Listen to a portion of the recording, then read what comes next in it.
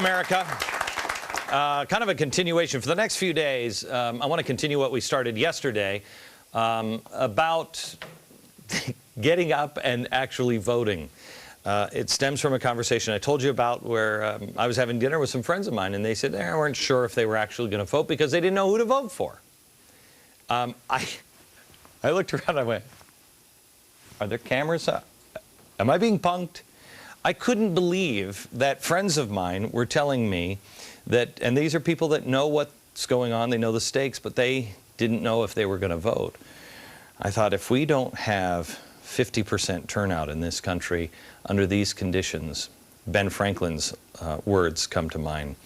When they finished with the Constitution, he was walking down the street, the story goes, and a woman came to him and said, "What have you given us, Mr. Franklin?" And he said, "A republic, ma'am, if you can keep it." If people aren't awake now, what would it take to wake them up? How much more trouble needs to happen in this country before people say, I've got to choose sides. I have to figure this out on my own and pick up my responsibility and not just my rights. So tonight I thought I'd get a few people on that I trust and have a conversation. And we've invited a studio audience in. We've had a couple of minutes to converse beforehand, and I think they all kind of feel probably like you do and I do. You don't really trust anybody in Washington. You don't know who to trust, and so you're looking at all of these candidates and like, I don't know, is this the right guy? Is this the right woman? It was 2 years ago that Americans flooded the polls to vote for change, and we were promised hope, and instead we were given despair. We knew that jobs was the #1 issue. We asked for jobs, and Americans were given unemployment. We wanted to rid the nation of politics of the past, and instead we're given a country now that I can't even recognize. You want to talk about the politics of the past? Boy, it's almost like we have put it on a rocket ship to the moon. It is the politics of the past, as you will see during this hour, have just been energized to unbelievable and unrecognizable points. So now we're 2 years into a fundamental transformation of our republic. We now have Obamacare, which is 1/6 of our economy. We have a president who has added $3 trillion of debt on his watch. There are record numbers of families on food stamps. Our freedoms are being stripped away, from buying sugary soda to being able to dig in the sand of the beach in Florida. The government is encroaching on our freedoms and fundamentally transforming, nudging our way of life. We're being detached from the Constitution. People are called crazy if they actually want to even read the Constitution. We have people in Washington that say, read the Constitution, find it in the Constitution. No, I let somebody else do that. We are being separated from religion. We are being nudged away farther and farther from our founding fathers. It has been 2 years. And will people stand yet? From one week from today, the time will be to get off your couch or to go early. And before you go to work and start your day, go to the voting booth. Will we see record numbers? Will we see, I think midterm elections have been since the 60s in the 30 and 40% turnout rate. Can we get it above 50%? Is there really only about 40% of this country at this point that cares? Part of the problem with my program is that occasionally I will say things where I generalize, and I have been a throw the bums out. There's, all the people in Washington, the Republicans and the Democrats are the problem. I believe that to be true. The parties are the problem. George Washington's words are being lived out right now. But that doesn't mean there aren't good people in Washington. There are good representatives in Washington that are standing there in a lion's den every day. We need to arm them with the best people we can. When it comes to voting, who do we send? What do they need? What are we looking for? How do we get our country back on course? America is awake now. Now maybe we need just a little bit more focus. I wanted to show you some of the good guys that need your help. From Minnesota, Congresswoman Michelle Bachmann. These are three people that I trust.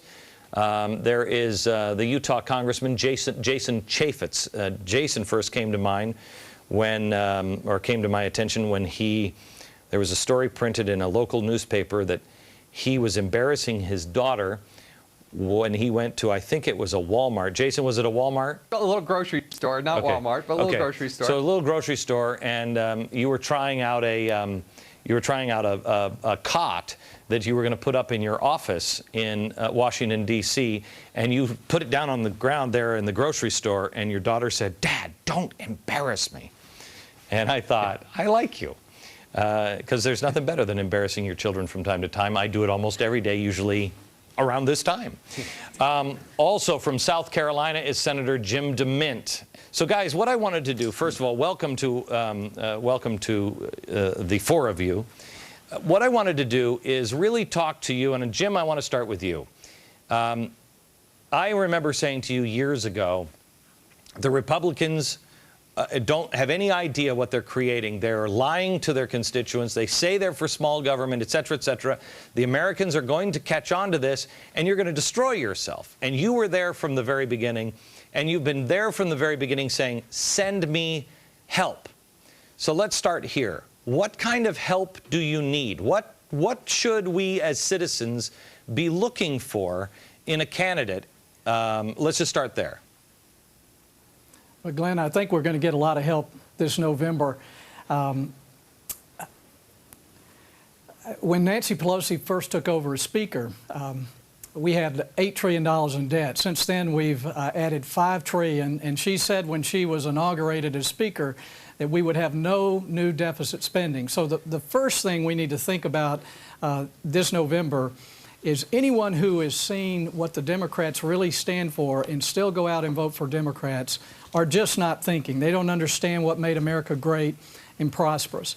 What we need now in Washington, Glenn, more than anything else, is people who will keep their oath of office. The first thing we do as congressmen and senators is take an oath to defend and protect the Constitution. Yet most people in Congress think it's their job to take home the bacon. We've got a food fight of over 500 congressmen and senators who are competing to take home as much from the federal government as they can. We've got to stop this parochial, self-serving spending, and the way to do it is to stop this whole culture of earmarks.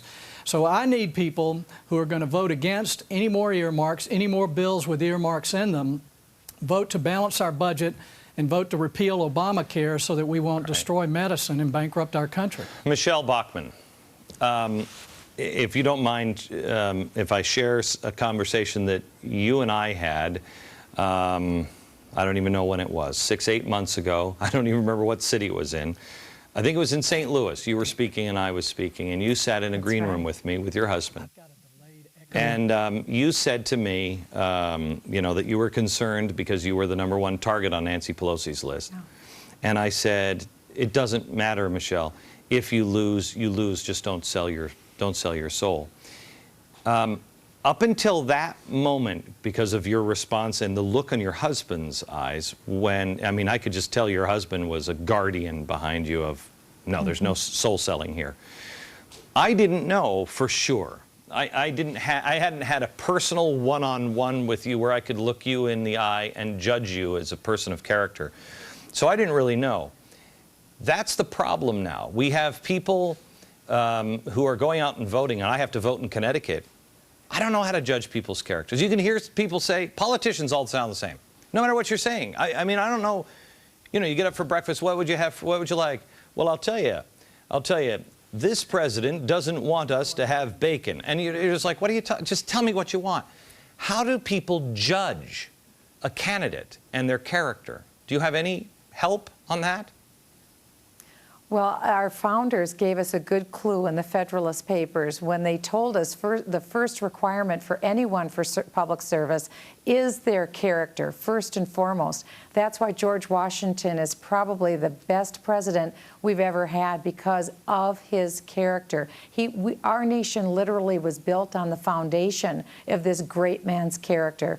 You know, it's interesting. Recently, former President Bill Clinton was here in Minnesota campaigning for my opponent. I've had them all. I've had the current President of the United States, the current Vice President of the United States, the Speaker of the House, the former President of the United States twice came in, the head of the DCCC, the congressional organization, the head of the DNC, the former head of the DNC. They've all been here, Glenn, to come for one reason, to defeat me, because President Clinton said that the Tea Party movement is the most dangerous movement in America today. And he self-identified me. He said, Michelle Bachmann, I see as the epicenter of the Tea Party movement, and that's why you need to defeat Michelle Bachmann. My opinion is, Glenn, all we're seeing from the American people and what you've been able to rally the country to do is to recapture that spirit of 1776.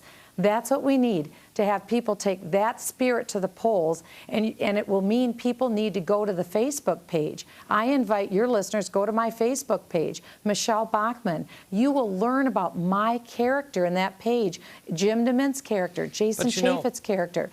I will tell you, Michelle, with all due respect, I mean, you know what the political machinery is like. You know me. You go to Twitter and read about me. The things that are said about me and are out there are absolutely untrue. Absolutely untrue. But you don't know. There are so many people without any character whatsoever. They'll say anything to get elected. Let me go to Jason Chaffetz. Jason, how do you judge a man of character? How do we know the person that we are sending is not more trouble? Well, regardless of party, here are a few things I think you should look for. First of all, do they do what they say they're going to do? I mean, that's ultimately what we're all looking for, right? Do they put principle above party? And if they say they do, then show me an example where you've actually done that. Show me something where you've actually stood up to your party and said, no party, you're wrong. This is what we should be doing. And another little thing that you can look for is who actually speaks for themselves. You know, the people of Utah didn't elect me to go hire a spokesperson to do the speaking for me.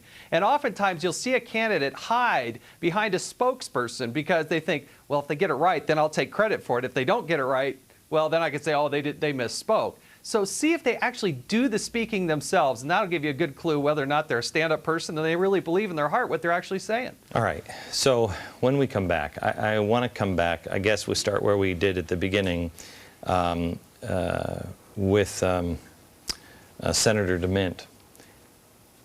What is the tool that you need the most? What if you had one thing that we should find in a candidate? What is the tool? This is Trent Lott on what he said about these Tea Party candidates. We don't need a lot of Jim DeMint disciples. As soon as they get here, we need to co-opt them. That is one of the most incredible statements I've ever seen. And that shows you the Democrats have already been gobbled by this progressive machine. I warned the Democrats. I said, you look, my family, they were all Democrats growing up. And what you're in bed with now, the Michael Moores, the extreme left of the world, that's not Democrat. That is socialist, progressive, Marxist, communist. That's what that is. And you think the Democrats thought that they were using those people as fuel. And I said, you're going to be sadly mistaken when you're eaten by them. And that's exactly what's happened. So the Democratic Party is lost as we know it. Now the challenge is to make sure that there is a party that isn't eaten by the progressives. And that's the real battle. And so we'll talk about what kind of people to send there and what kind of armor they need, according to the people who are inside Washington now. Back in a second.